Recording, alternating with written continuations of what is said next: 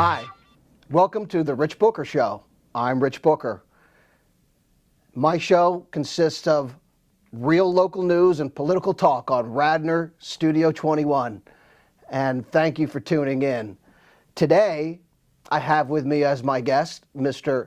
Austin Hepburn. Austin is a local businessman, and he's very politically active in Radnor. Austin is a committee man for Radnor's 2nd Ward and can often be seen participating in township meetings and political and charitable events around the township.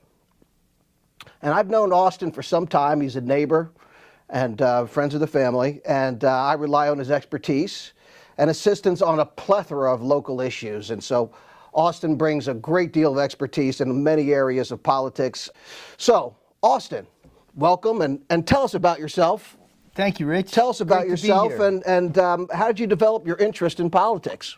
Well, local politics, it was John Osborne came to visit me when I moved into my home, and it was about 1996, and John wanted some volunteer help down at the polls, and you know, he's somewhat of a forceful personality, and I said no about 3 times, and then I said yes. What year was that? I think it was 1996. 96. So I became a machine inspector, and that's the guy who resets the voting machine after each vote. And within 2 years, I was more of a assistant committee man. And then eventually, John had to resign his committee position. I was John's assistant, and then he became treasurer, and I became the committee man. So I had a training phase there. Right. But so John was a good mentor. John Osborne, longtime treasurer for Radnor Township, and was very much instrumental in uncovering the financial misdeeds of former township manager Dave Bayshore, among other things. So, and he recently stepped down, so we appreciate John. Austin, you are an avid sportsman.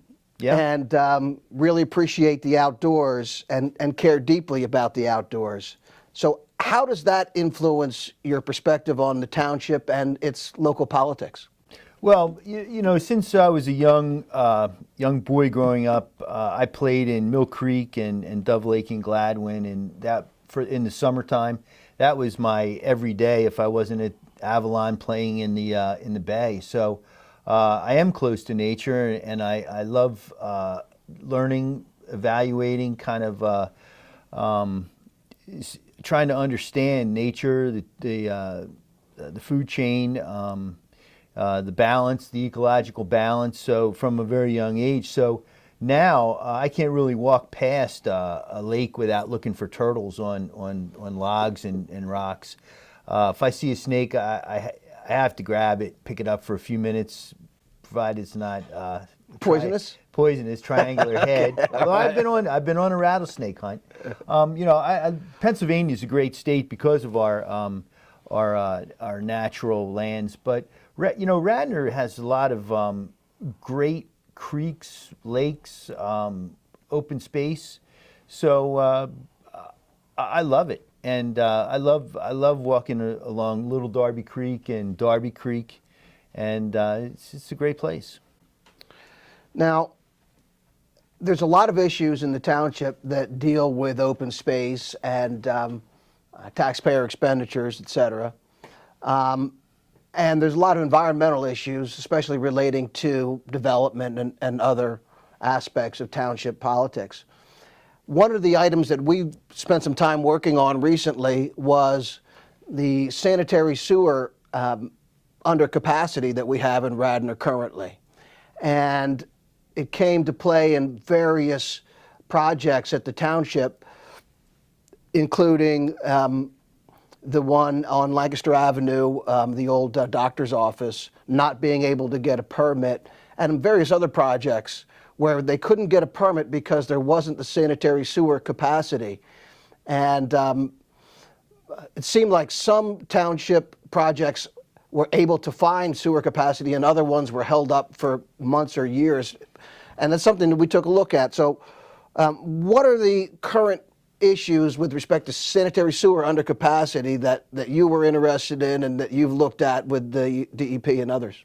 Well, you know, my interest in this sanitary sewer system comes from the fact that running down Darby Creek, down Ithan Creek, you see these manholes and sometimes an exposed pipe. And so I came to realize that sanitary sewer systems tend to run down drainages. And it's the drainage that I'm interested in. Right there in the water courses. A lot of times it is. We're off to the side. The concern is that those systems have to stay intact. Otherwise, the drainage becomes polluted from raw sewage coming out of the manholes. So that's really where it started, concern for the ecosystem.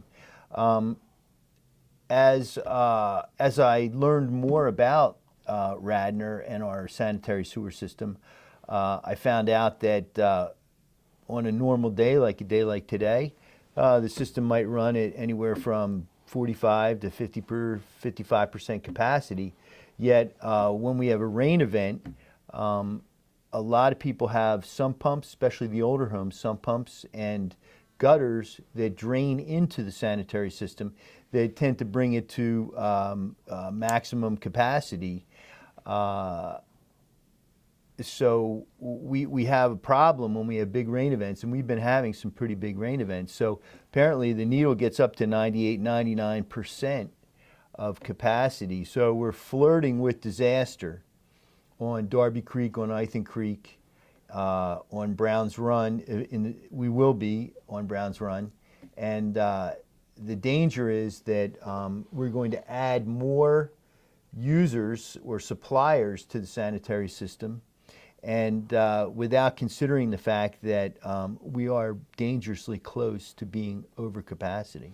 And we could end up with, as you say, that overflowing into the creeks, polluting the creeks, just from that sanitary sewer. One of the other problems that we have, in addition to the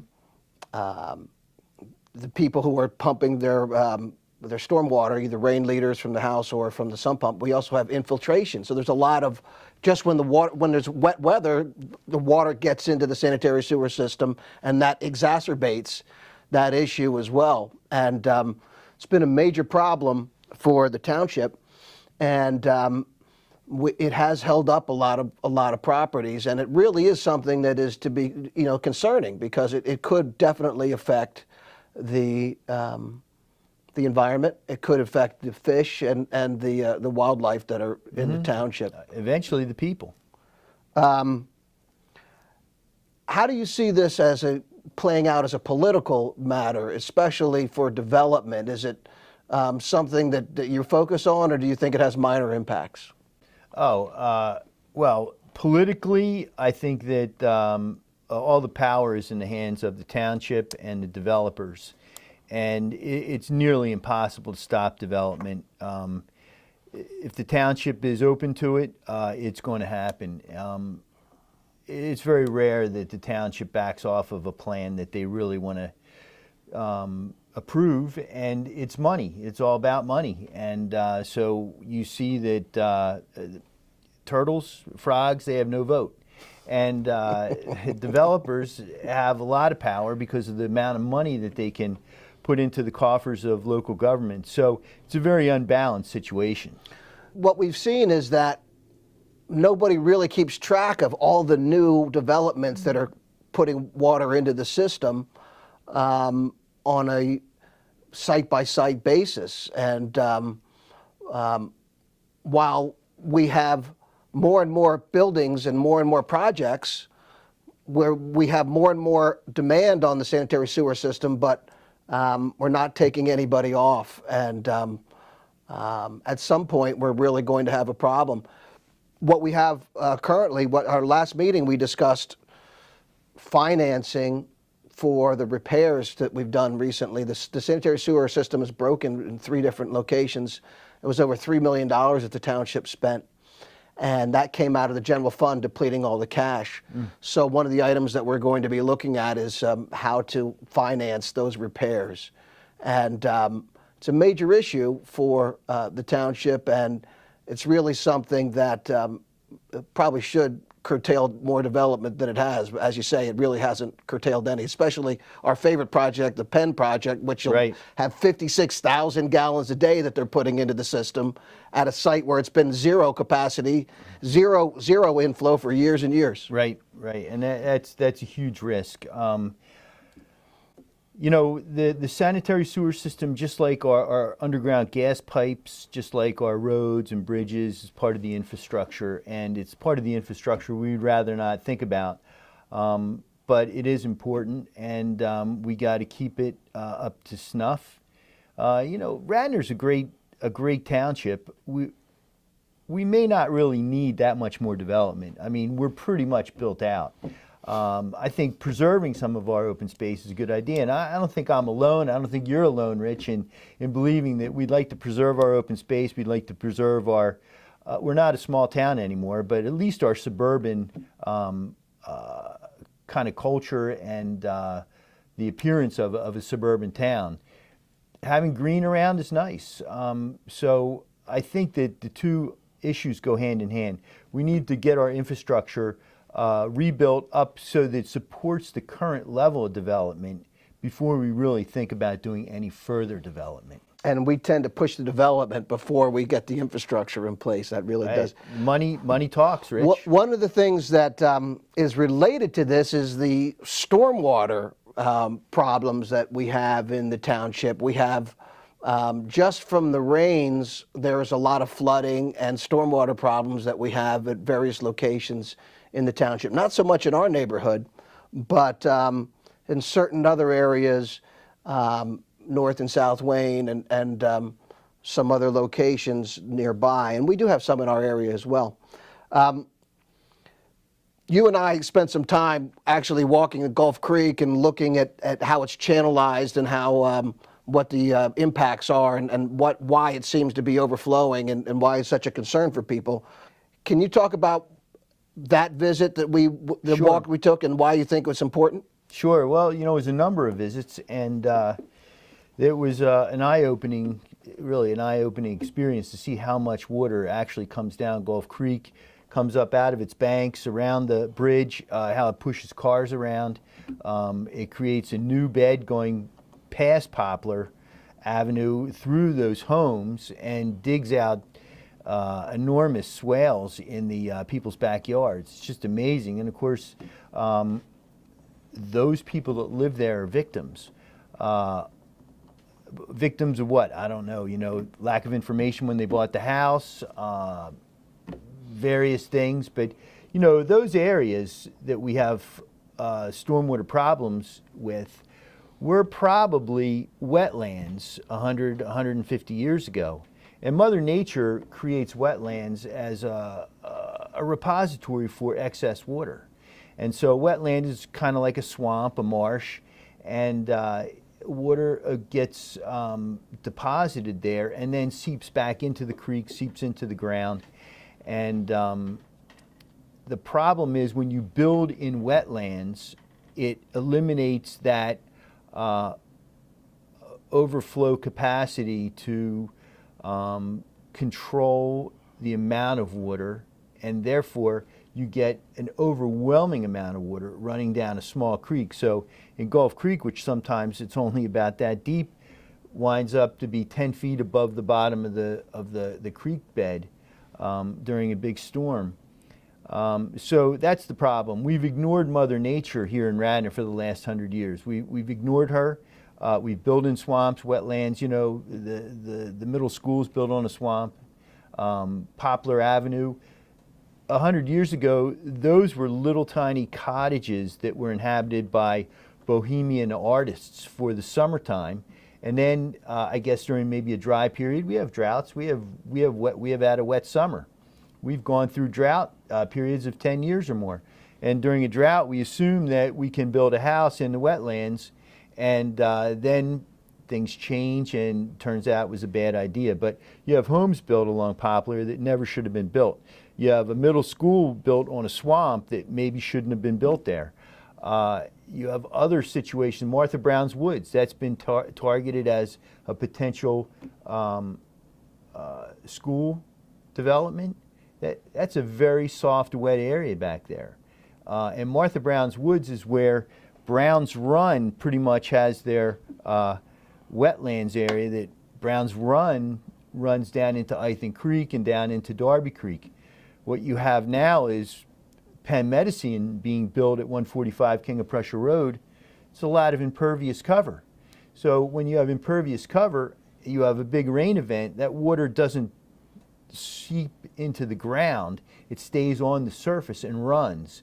And that's how we get floods. So Martha Brown's Woods is going to be very important down the road, because that little bit of wetlands on the corner of 145 King of Prussia Road really isn't enough to handle the amount of impervious cover that's going to be created when 145 King of Prussia Road is built.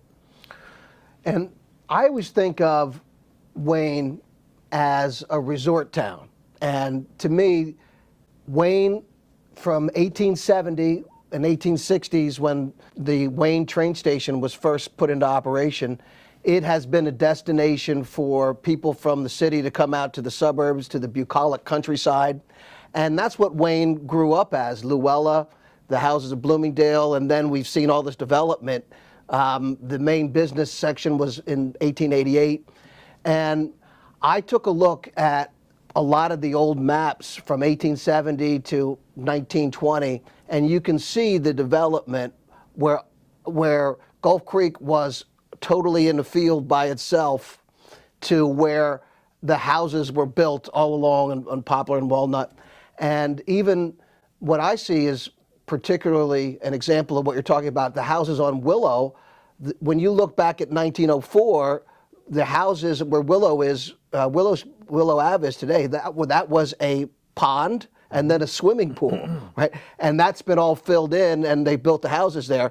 There is a also where Cowan Field is. Right. That was also a lake area. Mm-hmm. And so now all of that has been pushed down. I think all of these issues exacerbate the problems that you're talking about, and Sure. and really are part of the issue that the bucolic country resort town has been overdeveloped from 1870 to the present. So Right. So I think that is an issue, and something that I, as a commissioner, what I strive to do is to make sure that we maintain the character of Wayne and not overdevelop. That's what I'm always battling to maintain the country, the bucolic country town that it was always a resort destination since 1870. So I appreciate your sentiments and your thoughts on that. And how do you see the stormwater issue playing out as we go forward? What do you think we should do as a township to address it? Can we do anything, or is there what should we do now, do you think? Money's a big issue, and Well, we have the rain tax. Yeah. The developers want to redevelop more, find more lots, find ways to subdivide and put more houses in. That means money for the township, okay, to be spent. The problem is we really need to take some of these areas and put them back into riparian buffer. Exactly, and also wetlands, so that these rain events can be absorbed over time rather than rushing down the creek bed immediately. So maybe it's an expenditure of money. Maybe it's buying some houses back from people who are living in places where they shouldn't really be. We have maps that show 100-year floodplain, 10-year floodplain. You shouldn't be built in a 10-year floodplain. It should be, and it was a lot of times, illegal to build in a 100-year floodplain, but I got a feeling that either the maps have been changed or we've just allowed building to take place where it doesn't belong. So maybe buying those houses back and creating environmental parks and areas and rain gardens is the right thing to do. One of the ways that I deal with this oftentimes is when a developer applies for a waiver from our stormwater requirements. Mm-hmm. When a developer develops, they have to take the stormwater and percolate that into the ground and show that they're going to not increase the runoff because of the impervious. Many, many times developers will come to the Board of Commissioners and say, I need a waiver, the ground doesn't perk. the water will not percolate on the site. Can you give me a waiver to build anyway? And what I have been promoting is to say, well, if you can't show that you can conform with our stormwater requirements, then I don't think you should build. And I get a lot of pushback on that from the rest of the commissioners, because they believe if it doesn't perk that we should just give them a waiver anyway. To me, it's a matter of, this is why we have the stormwater requirements, so we can stop building and overdevelopment, to have some control over it. Do you agree with that, or do you think I'm taking it too far? I agree with you 100%, and I think that if a developer wants to build and his land won't perk, maybe he should be the source of funds to purchase houses that are built in wetlands and find some place where he can perk equal amount. Exactly, so that the wetland can be re-established, that will accept this over. That could double or triple the cost of a house in Radnor. Well, I wouldn't mind if real estate prices went up. Okay. Moving on to another topic we have that's related to this, is part of the park system in Radnor. We have the Willows Park, and the Willows Mansion has been a subject of much debate in the township recently, and I know that's an area that that you know about it and that you've been to often. The township has been working on having a related 501c3 entity actually refurbish and utilize the Willows Mansion in township activities. So can you tell us about that, and what do you know about that, and what are your thoughts on the reopening of the Willows Mansion? Well, I've been to the Willows Mansion as part of the wedding party. My wife's best friend, 30 years ago, I guess it was. I love the Willows Mansion. It's a beautiful house, but it's been closed for 10 years, I think. Unfortunately, I think the township does some things very well. They collect trash extremely well. They plow snow very well. But as far as running a commercial enterprise in an old home, it's probably not their forte. And so I like the idea of a public-private partnership that would be run by individuals who have the passion.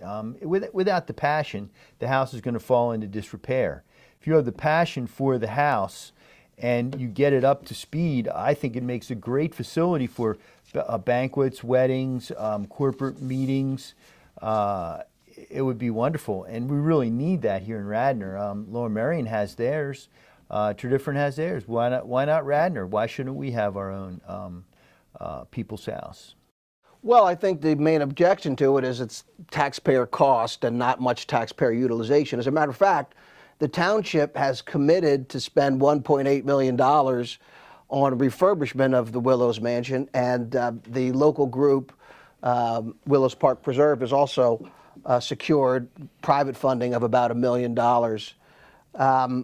So that forms the basis for the funds to redevelop the building. Well, that's not really enough, Rich. They probably need $6 or $8 million. You think so? And I think that if the residents of the township have that passion, and we certainly have, the money is here. If we can get it to the Willows, it could work. Taxpayer money or private money? Private money. I think some taxpayer money is good because, hey, the township kind of caused this problem. I remember when I wanted to rent the Willows about 10 years ago, I found that the price was ridiculous. And it was all based on the catering and insurance and the regulations.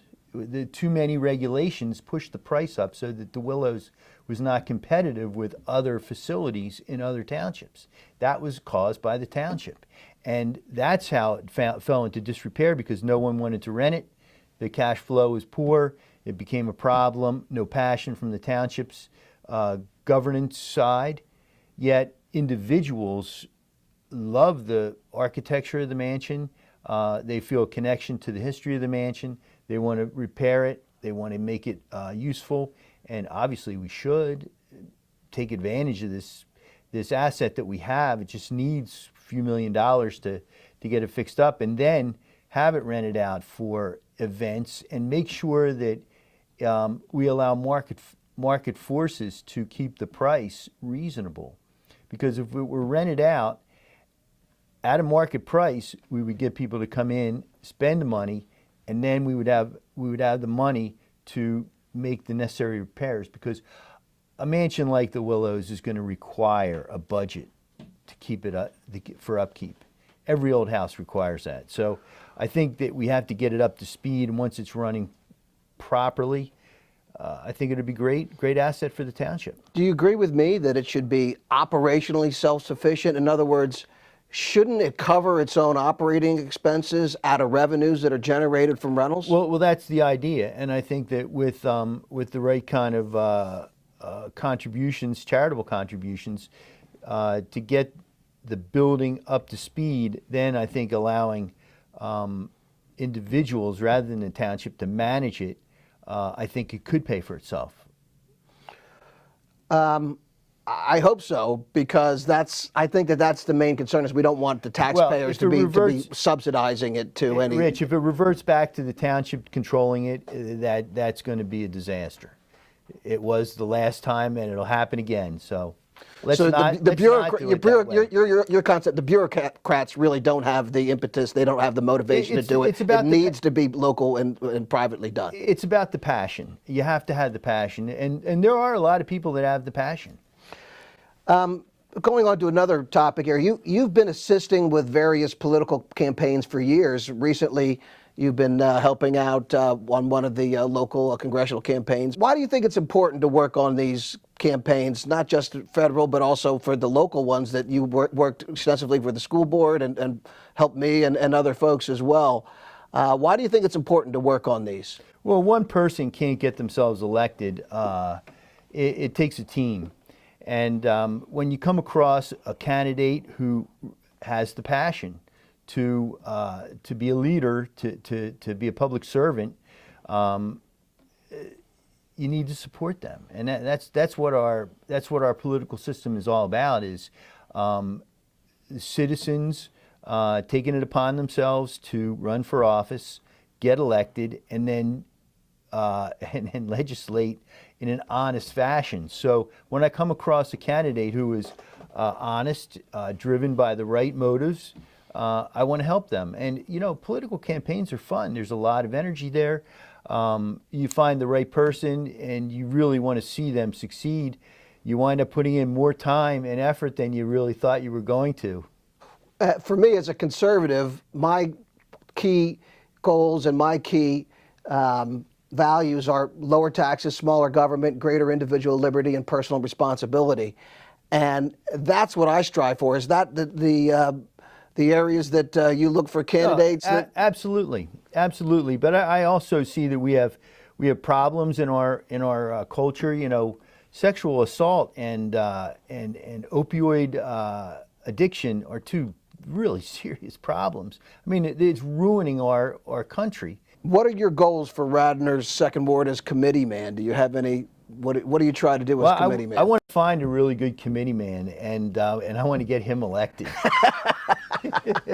Before we leave, what are the areas that we spend a lot of time on? Also, in addition to the others, is the Penn Medicine Project, and as you know, I've filed appeals on the legislation that enabled it, as well as the approval itself. What are your concerns about that project in our neighborhood there? I think it's way too big, and I think Penn came into it knowing that it was way too big. So then they had to use smoke and mirrors with their numbers, and they compared the traffic studies with things that weren't even realistic. And then, so many numbers, so many experts. Before you know it, everyone who makes a decision is bamboozled, and they think, okay, we'll go along with this, when probably not a good idea. Probably, if the project were half as big, it would be far better. It's just way too big. It's enormous. Yeah. And it's corporate greed. And just because they're a nonprofit doesn't mean they're not greedy. These guys are making a lot of money. Some of the top executives, $1.5 million in salaries, and bonuses, travel expenses, that kind of thing. That's a good amount of money. Frankly, I thought we needed a 4 or 5-star hotel, and the traffic would use the blue route, the 476, instead of our back roads. Thanks very much. My guest today has been Mr. Austin Hepburn, And I thank Austin for his service to the community and to the Radnor political Republican Party and to Radnor politics. Please join me next time when I'll have Dan Sherry on, also one of the outspoken members of the community. This has been The Rich Booker Show, real local news and political talk on Radnor Studio 21. Thanks for joining me.